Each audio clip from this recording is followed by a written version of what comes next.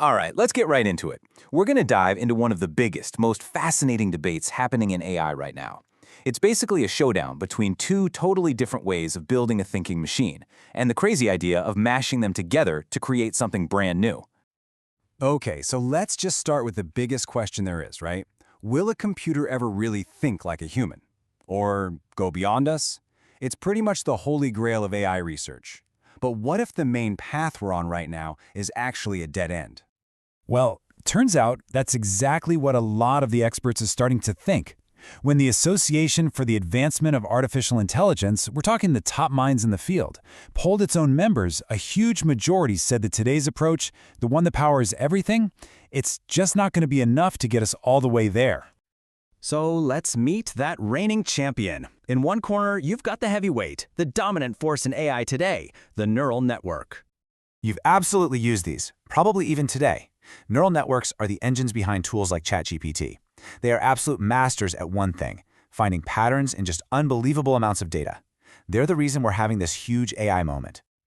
But here's the catch. They have a massive blind spot. They are terrible at common sense reasoning. This is why an AI image generator might spit out a picture of a person with 6 fingers, or why an AI video might show a ball bouncing up instead of down. It doesn't actually understand gravity or anatomy. It's just mimicking patterns it's seen. And of course, they can famously just make stuff up and state it with complete confidence. Now, the folks who defend this pure neural net approach have a really powerful argument. It comes from a famous essay by AI pioneer Richard Sutton, and he calls it the bitter lesson. His point is, for decades, we humans have tried to handcraft knowledge into AI, and every single time, that approach gets crushed by systems that just use raw computing power and massive data. Basically, he says, stop trying to teach the machine rules, just let it learn. But what about that other way of doing things? This brings us to the other corner. Let's bring out the old-school challenger, symbolic AI. You know, they call this good old-fashioned AI for a reason. This was one of the first big ideas. Instead of learning from a sea of data, it works based on rules. Clear, logical, human-written rules. Think of it like a giant list of if this, then that statements. Its knowledge is programmed, not learned.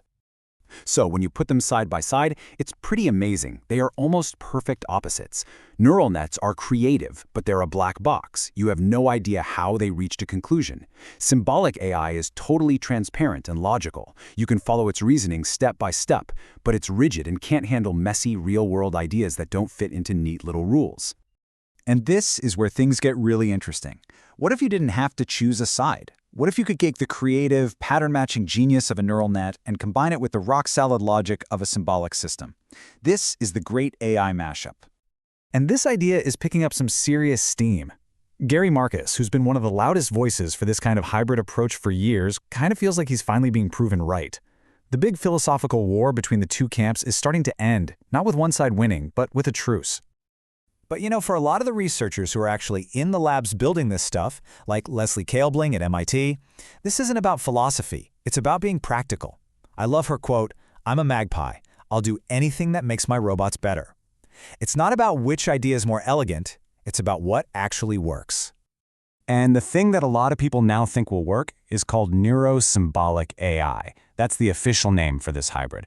It's an attempt to get the absolute best of both worlds, the learning power of neuro with the reliable logic of symbolic. And listen, this isn't some fringe idea people are just kicking around. Just look at the research. The number of academic papers published on this topic has just gone through the roof. It didn't just grow. It absolutely exploded since 2021. The whole field is racing to figure this out. Okay, so how does one of these things actually work? Well, let's take one example called the PAL model. Think of a big language model like ChatGPT acting as a super smart translator. First, you ask it a question, and it translates your words into old-school, logical computer code. Then, a regular computer program runs that code and calculates the correct, logical answer. And finally, the language model takes that answer and translates it back into normal human language for you. And the results you can get from this are, well, they're pretty mind-blowing.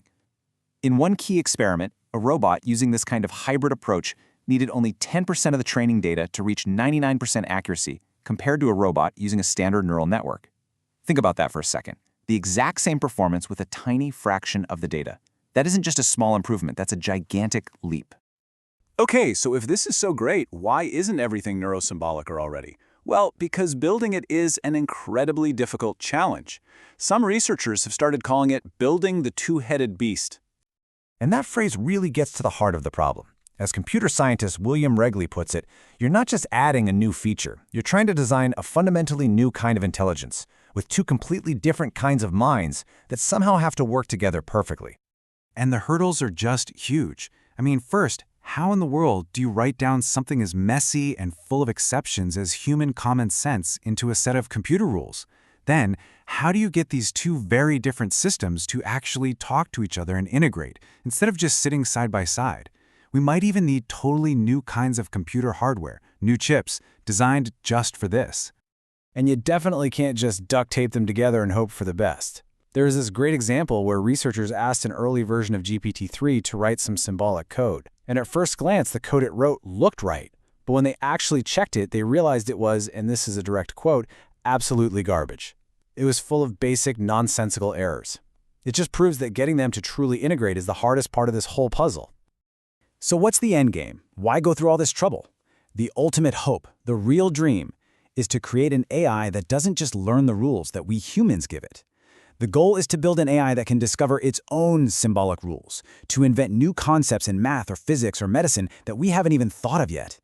An AI that stops being our student and starts becoming our teacher. Now that is a future that's worth thinking about.